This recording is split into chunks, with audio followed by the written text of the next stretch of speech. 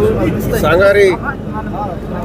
बांगलादेशमध्ये जो काही निंदनीय प्रकार त्या ठिकाणी हिंदू धर्माच्या काही गुरूंवर घडला, ज्या पद्धतीने बांगलादेश या देशामध्ये हिंदू हा अल्पसंख्याक आहे आणि तिथं त्या अल्पसंख्याक या नात्याने त्याला जो दाबण्याचा प्रयत्न केला आणि पूर्णपणे सगळे नियम धाब्यावर बसून ज्या पद्धतीने हिंदूवर अत्याचार चाललेला आहे, या सगळ्यांच्या विरोधात संपूर्ण महाराष्ट्रामध्ये आणि राहत्या तालुक्यामध्ये देखील महायुतीच्या वतीने निषेध मोर्चा काढण्यात आलेला आहे.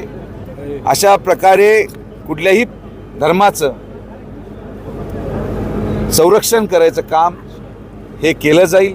ज्या ज्या ठिकाणी धर्माच्या नावावर अत्याचार केला जाईल त्या त्या ठिकाणी महायुतीचा प्रत्येक पदाधिकारी हा ठामपणे उभा राहून आपली भूमिका स्पष्ट करेल, असं मला मुद्दामून या ठिकाणी सांगायचं. केंद्र सरकारला देखील काय मागणी आपली राहणार आहे?